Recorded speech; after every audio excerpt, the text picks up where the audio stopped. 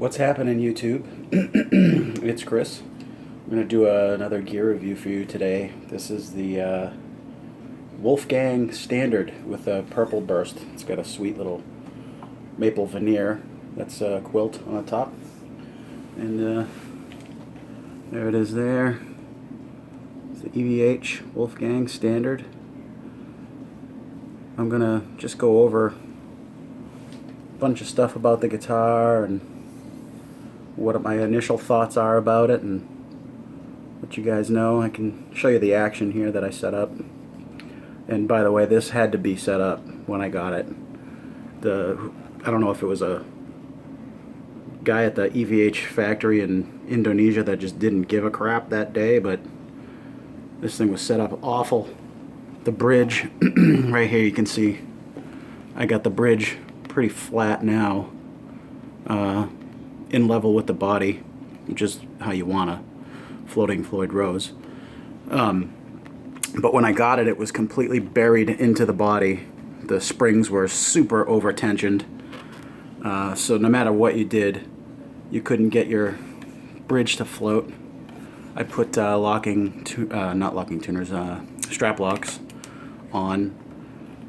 But this guitar is beautiful. It sounds amazing. The pickups in this, even though it's an Indonesian made guitar, the pickups they put in this thing are ferocious. I love everything about it. The knob, I've heard other people mention this. I don't know if you can hear that. It sounds like, I don't know, sandy is the only word I could think of to describe it. It sounds scratchy, but it's completely noiseless. It's going through the amp right now, and you can't hear it. You know what I mean? It's not making any sound that gets picked up through the amp, but just acoustically, you can hear it. Some people it might bother. It doesn't bother me at all. Tone knob, who cares? I turn that up and forget it. I could pop that right off the guitar and be just fine with it. But the finish on this one is the reason that I pulled the trigger on this guitar. All the purple burst EVH that I've seen have been like a violet purple, like almost pinkish.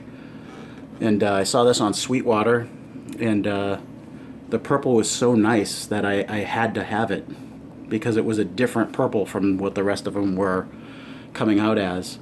And you can see the finish is just gorgeous on this guitar. I love the fact that this model has the forearm contour. Bravo. I hate flat top Wolfgangs. They're very uncomfortable to play. For me anyway, I'm a fat guy, so my arm, you know, it's comfy on this one, but on a flat top, not so much. The one thing that I find weird is this switch is wired reverse from what you'd think. Up is the bridge position, down is the neck position, which is kind of backwards to me. I'd always think down is the bridge, up is the neck. I don't know why, that's just how almost every guitar I've ever used with a three-way switch has been. But one thing I have to say is Sweetwater kind of stiffed me this time, which was, it's no big deal, but they didn't ship the right tools for this guitar, which makes me think that it was an open box item, and I wasn't told. The pickups didn't have plastic cover on them when I got it, and they didn't ship me the whammy bar. So I probably shouldn't even be doing this demo right now without the whammy bar, because most people are going to want to know, does it stay in tune when you use the whammy bar? And I have no idea. But it's really, really stable. I put new strings on it. I used a new brand of strings that I'm not used to using. For some reason I can't think of what the hell they are. But they were not cheap. They were like 12 bucks a pack. They're coated. Why can't I think of the name? But whatever. But they got new strings on it. The original strings I think were Diodarios from the factory. Or Didarios for anybody who gets like pissy about me saying Diodario. That's how I learned to say it. That's how I'll always say it. So tough shit if you don't like it. But I like the input jack on this guitar. It's got the square instead of the football ones. For some reason I always think the football ones look really cheap. But these square ones I like. Nice back. Now you can see the wood grain through it. I'm pretty sure that's basswood that you see through there. The top is a very thin maple veneer. It's got the faux binding on it, which is just a masked off binding, but that's not the maple, that's actually the basswood. The maple top on this is very, very thin, but it doesn't matter. For the price, this guitar is a lot of guitar for what you pay. I bought the high-end EVH case with it for 170 bucks, and everything, when it was all said and done, cost me $768, something like that. So it's a really good deal on a guitar that is big. This is a serious guitar, I think. It sounds incredible. This pickup is a beast. So that's the bridge pickup.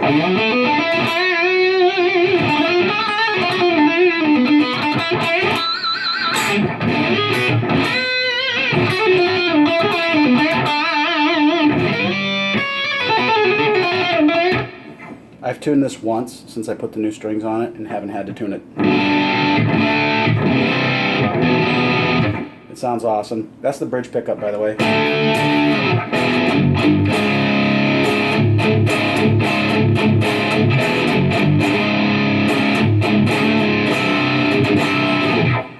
It has a interesting thing that happens. This guitar, the pickup loses so much with just a little bit of a volume change.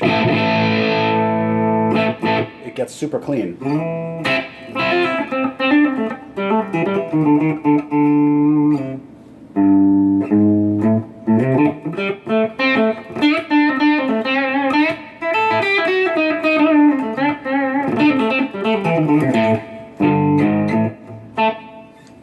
But yeah, neck pickup. Nice and creamy sounding.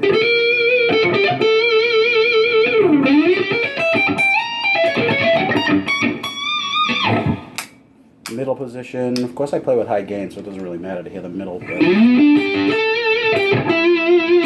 it's still creamy, but it's got a little sharp attack to it.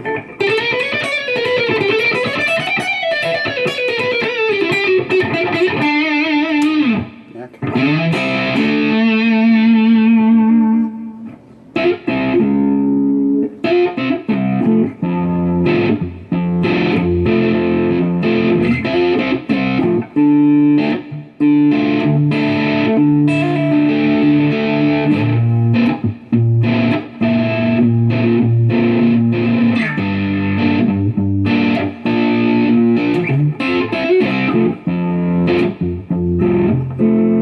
It's an awesome neck, by the way.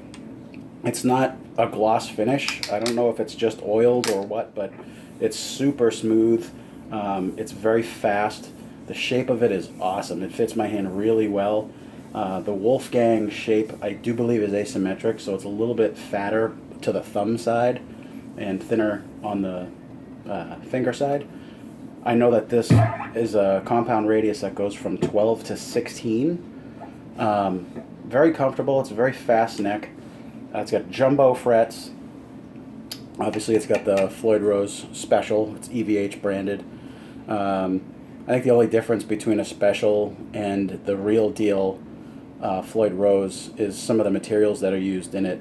I'm pretty sure the block in the back is different. The blocks for the strings are different also. The material is different and stronger on a original Floyd. Other than that, I think it's pretty much the same. The knife edges, because this, I believe, is a different material too, tend to wear out from what I've read on these. I've not personally experienced that, but that's what I've read. Oh, one great thing about this guitar that I really like is where the truss rod adjustment is. Like, that's awesome. Having that right there and just be able to adjust it on the fly is very, very handy. Guitar's really quiet. You can hear there's no buzz. There's no split on either of the pickups, so it's just a straight up rock shred machine, you know. But you can get really good low gain sounds out of it too, you know, for playing, you know.